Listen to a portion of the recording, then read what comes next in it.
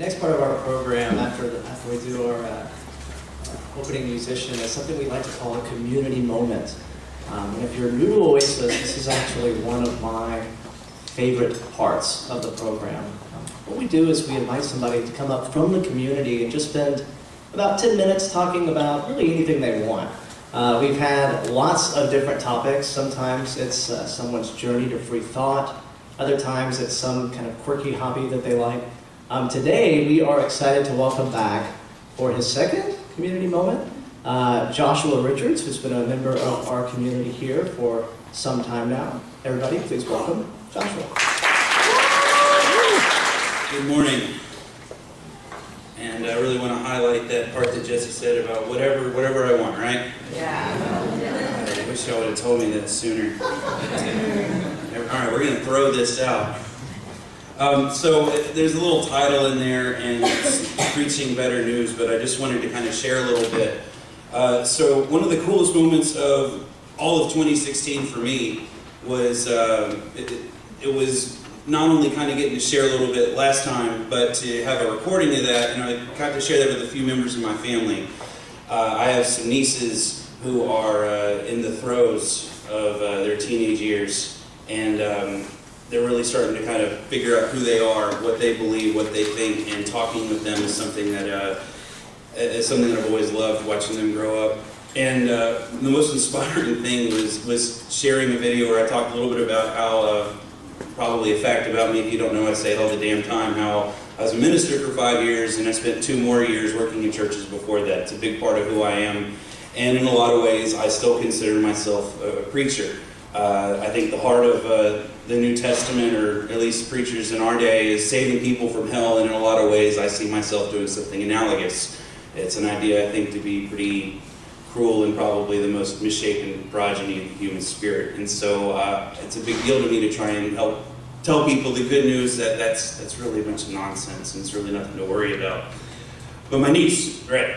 So sharing this with her, the most inspiring thing to me was after talking about this with her and showing her this video, she said probably something that I'll never forget. And she goes, "Man, that's so cool.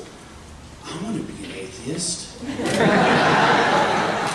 Man, I'm like, "Dear, just look in your heart. And if you do not believe in God, then you are already there. You are already there." And the interesting thing is I'm sure you all have seen this, there's some weird stereotypes about atheists. When you tell people you don't believe that, especially when you're like, "Well, yeah, as a minister, now I don't buy any of that," there's usually 2 kind of responses I get on the extremes. One is like, "You are a nihilist. There's no meaning. Like, so what? Life's just meaningless. It's worthless, and all of that." Or there's another response that is even more peculiar to me, which people are like, "So what? You worship Satan? Like you're on his side now? Like that said premarital sex and bacon and all that?" And I mean, those are great things, and it doesn't help my case that I own a collection of like satanic T-shirts that I wear, ironically, but the shirts are unironic. Anyway, getting on down to it. So, like I said, when I first started to really doubt my faith, and this all ties together with this whole Preaching Better News thing. I had a friend once rebuke me. That's a nice Christian word, rebuke. He got in my face when I told him I was starting to doubt, and I was thinking, look, I had already liberalized to a certain point. And so he's like, "So what, Josh? All that stuff, all that goodness, all that wanting to reach out to other people, all that compassion, what are you saying? God's voice was just your own the whole time?" Yeah, it took a while for me to get there, but hell yeah, you just put that better than I could. And that's something that he said it, and I can't ever really get that conversation out of my head, because how cool is that? That concept of goodness, all of those things, while you tell yourself, "I'm not worthy, the best I can do is soil rags," it says in the book of Isaiah, but in our own hearts, there is indeed goodness. There is indeed something wonderful, something noumenal, which is a fancy word that means transcendent. So, my doubts certainly weren't encouraged. And furthermore, when you start to tell people that, especially when you've worked in the ministry, coming from a tradition like mine, which is Calvinist, it's either that you were never authentic in the first place, or you're just not one of God's chosen, which sucks. So I want to kind of go back to what I said earlier about how there's some people who they just challenge you with this whole, well, life is meaningless. I get that a lot, and I've never thought that. And I don't think anybody here thinks that. It's very rare you find somebody who really believes that, and I don't think that comes from atheism. I think it comes from something much more serious. However, about 4 months after I had lost all my faith, I thought I just had to get out there and share. So I got in touch with somebody with the Humanists of Houston, and I decided I was going to go and tell my story, and it was going to be great. And it was awesome. But at the end, there was this young lady there, and you could just see she was wanted, after an hour of me going on, she was just ready to kind of like attack me. And so they opened it up for questions after I shared this story. And she gives a question I'm sure a lot of y'all have heard. Well, if you're an atheist, what meaning is there in your life? What good is there? What motivation to be good? Why live? What motivates you? And like a smartass, I said the first thing that came out of my mind, and I'm like, have you ever had sex or ice cream? And think about it though, it's not just a snarky joke, but I mean, there's a lot of work that goes into that. I mean, Ben and Jerry's, that doesn't just appear in the supermarket. There's work. They gotta put little stuff in there in relationships, love, it's a lot of work. It's not always just, anyway, I thought more of it than when I spat that out, but that's a question I get all the time. That's something that people, and not only people who are trying to make me look stupid in public, but people, they really ask me that. They're like, well, you're an atheist, and they really want to know. And I'm kind of, and me, as much as I love to talk, I love to explain to them that absolutely, like Aristotle, David Hume, there are all these people who don't fit in to the traditional theistic mold who write beautifully about how wonderful life is. I'll just jump straight to the quote I had at the end. One of the things that inspires me, one of the only comprehensible things ever wrote by Martin Heidegger, a philosopher, was that because life is so short, it makes it so meaningful, it's precious. And to me, that's great news. The great news isn't just that all this hell stuff is a bunch of nonsense. The great news is that life is short, life is beautiful. This is a gift. This is like the ultimate finding $100 bill on the sidewalk. You get this chance to live and to find friends and to develop loving relationships. Well, what more meaning could you want? And there's sex and ice cream. I mean, all of that, that's great.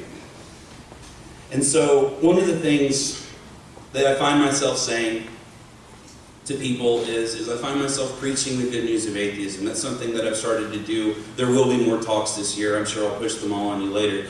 But that's something that I feel so excited about. I want to do that. I want to keep preaching. That's something that's a part of my identity, and for better or worse, I'm going to keep doing it. Because the exciting and scary thing is that there is no big meaning of life. It's just not there. That doesn't mean the whole nihilist thing. The truth as I see it is that there's meaning in life.